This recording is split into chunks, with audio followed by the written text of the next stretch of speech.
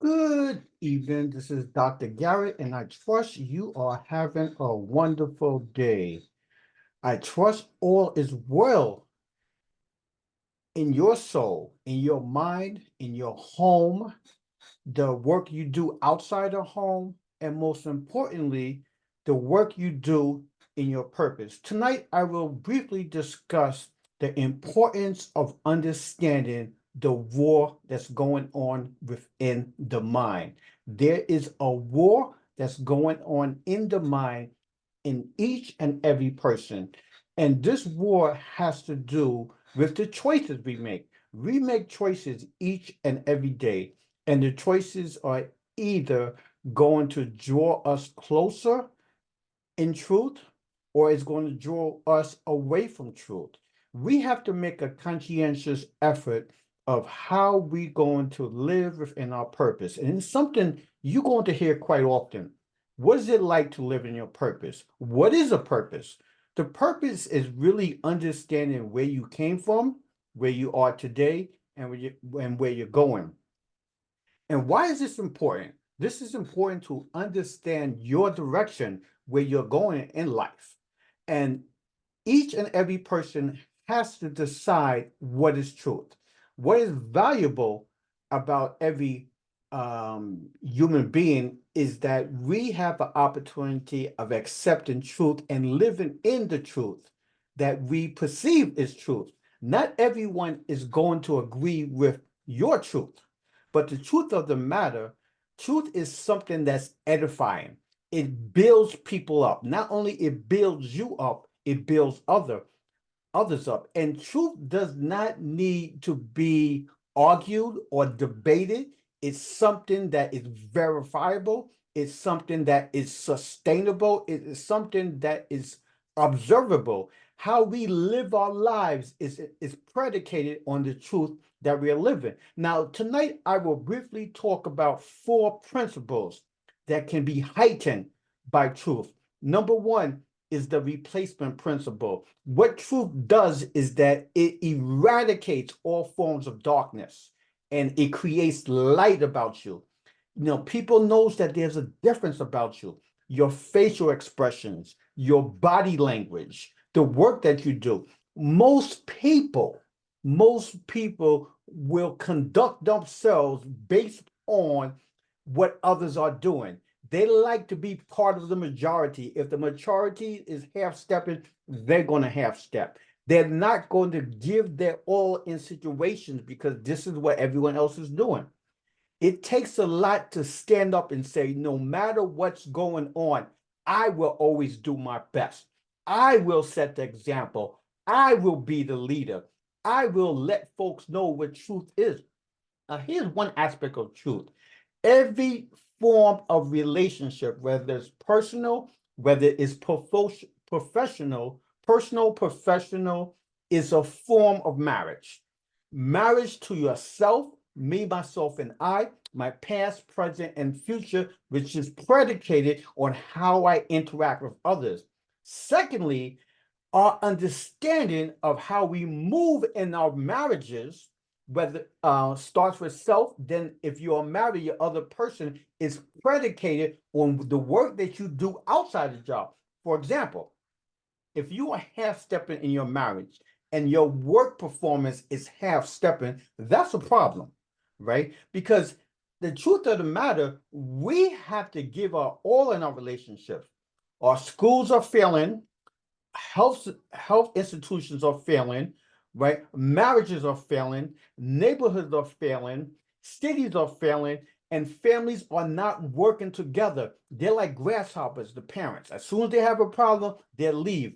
Most people live in problems. They do not live in solutions. They do not have the emotional intelligence to sit down and have a healthy discussion with positive emotion. And as a result, people are living in lies as opposed to living in truth. When you're living in truth, it's all about promoting health. It's all about being solution focused, being optimism, living in truth, and sustaining in truth. Now, why truth is important, as I said earlier, it is high time for us to reclaim ourselves. We claim our marriages. We claim our families. We claim our neighborhoods. We claim our societies. We claim our communities. And most importantly, we claim this world. So the first principle I will talk about is the replacement principle, replacing lie with truth. Any form of lie has darkness implicated in it, selfishness implicated. Truth is something that's going to be edifying, as I said earlier. It's as if you are one pole, the other person's the other pole, and the connecting rods is shared truth that builds each other up. Truth is edifying, it's dedication, it's determination, it's perseverance, it's endurance. It builds each other up, and it's all about having the person's best interest in mind. Is loving without limits. And most relationships is based on untruths as opposed to truth. And untruth is predicated with loving with limits. We are called to love without limits. This is why you really have to be knowledgeable of who you are. When you decided and you're looking to get married, you need to marry someone who's going to complement you, someone who you can learn from, that you work 100% together to build each other up and to understand the roles in a relationship. What's missing in a lot of relationships today, and I have to look at my generation, right, is that we are not preparing our youths to be husband and wives. My parents did not do a good job preparing my generation to be husband and wives. We have to understand there's specific roles of a husband that's needed in a marriage. There's specific roles of a wife that's needed in a marriage. And God is not an author of confusion. God is the author of helping us understand what the roles that we play in our relationship to build each other up. So truth is light. Light is truth. It's unselfish love, or otherwise known as agape love. Is purity, is honesty, is light, is goodness, is gentleness, is meekness, is endurance, is something that lasts a lifetime. It gets sweeter and sweeter each and every day. So the first aspects of reclaiming our mind and understand the war in the mind is the replacement principle. The second is the rewired principle. Truth is endurance. What truth does, it rewires your brain where you have control, you gain control of your subconscious, right?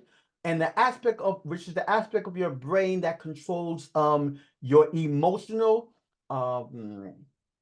understanding, your emotional expression. The subconscious does not know morality, does not know right and wrong. And within the subconscious is our hypothalamus. Hypothalamus is called the body temperature. Historians also refer to it as the devil's playground because all the hypothalamus is attached to all the fibers in our bodies, right? And the primary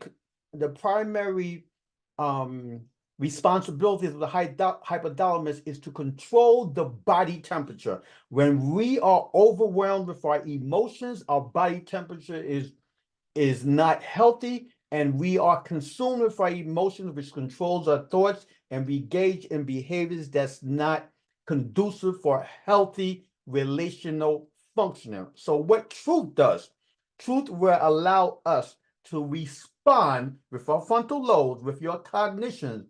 This is the highest point of every person. This is where your higher order speaks to you. And most people, the higher order is God. This is where your consciousness lies, right? And the consciousness is the here and now, where you can slow yourself down and learn to respond as opposed to reacting.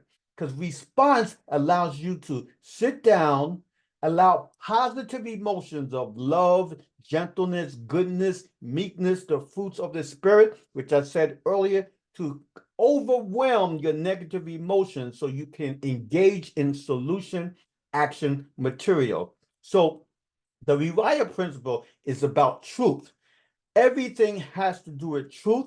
Truth creates new neuron pathways of thoughts, emotions, and behaviors while eliminating old neural pathways of destruction, deception, which leads to decay and leads to behaviors that's not conducive for healthy emotional and intellectual functioning. So the first aspect of truth, how it helps us to win the war of our minds, is the replacement principle. The second is the rewire principle. The third is the reframe principle.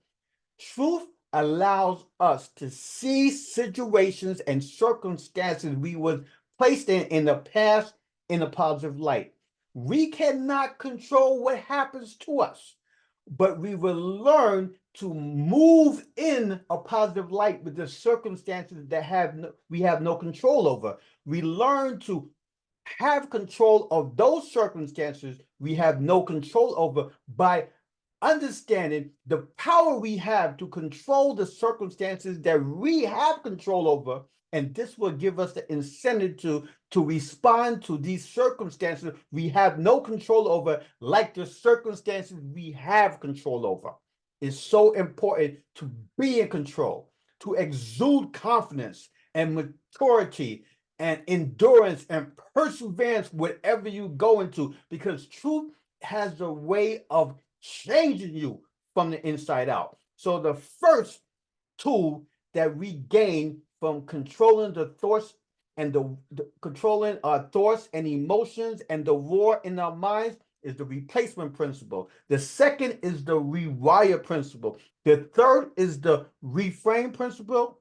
And lastly is the rejoice principle. The rejoice principle allows you to see joy no matter what the circumstance is. The circumstance that you have no control over, the circumstances that you have control over.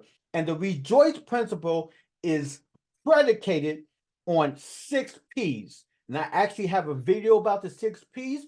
So rejoicing is a lifestyle. It's like worship. It's something that you do each and every day. And when you are rejoicing, your frontal lobe releases hormones that decrease the aging process.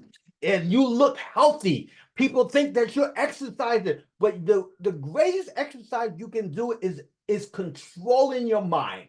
The mind, we only use a percentage of the power that's in the mind that actually can change us from the inside out. When we rely on the mind for truth, and one of my favorite texts, there's over 8,000 promises in the Bible, and this is taken from Proverbs chapter 3, verse 5 and 6. Trust in the Lord and lean not on thy own understanding. In all thy ways, acknowledge him, and he shall direct your path. So this is one of the texts I claim for truth. I dissect it, I smelled it, I see it, I hear it, I taste it, and I feel it. And it changes me from the inside out. When I tell people I am 58 years old, going to be 59 years old this year, they're like, what? Yeah. I recently dyed my beard, and you can see the grays coming back. My wife told me, you look like you're 20 years younger. I feel young, right? Truth has a way of changing you and gives you that energy, right? One of my favorite texts in the Bible says, redeem it. Jesus has a way of redeeming the time. The time that we have lost in foolishness, he will give us that time today so we can make a difference not only in our lives, but in the lives of others. So the rejoice principle improves our emotional functioning. It enhances our intellectual functioning, and emotional functioning and intellectual functioning that is separated from your family of origin experiences and your past relational experiences will heighten your levels of differentiation, and you can engage in the 6 P's. Knowing when to pause, praising God every day, praising those circumstances you face each and every day, knowing that they are given to you not to break you, but to make you, praying with a purpose. You pray during the good times, you pray during the difficult time. And praying is therapy for the soul. And while we praying, we wait for an answer, and the answer often comes to you in dreams, in life circumstances, in object lessons you learn from nature, and interactions with others.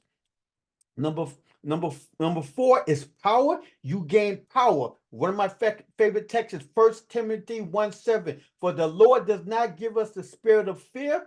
Fear is external, anxiety is internal, but power, love, and a sound mind. Power, love, and a sound mind, perseverance, and a purpose. This short video today is claiming claiming victory over the war in our minds by gaining control of our thoughts and our emotions. By the replacement principle, the rewire principle, the reframe principle, and the rejoice principle. And I want you to meditate on this text. This text, I will give you the last text, and this is taken from 1 Timothy chapter 4, verse 7, and it says this: take heed unto thyself and unto the doctrine. The doctrine is the Bible.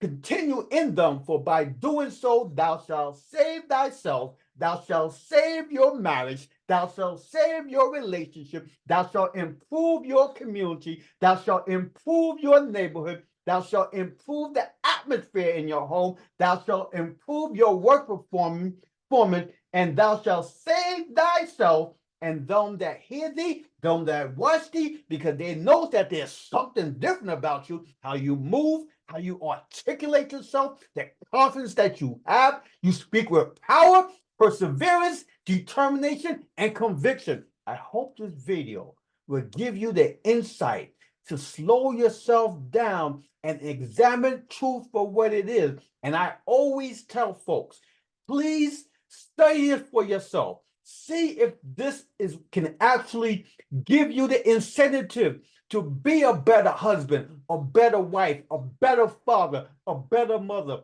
to improve your performance. The family is under attack, and it's high time that we step up to the plate and take control. Jesus says this: the laborers are few, but the harvest is plenty. We need to step up, utilize our time, talents, and resources in the positions that we have to teach others. The elderly need to teach the younger folks about life lessons, and the younger folks need to listen.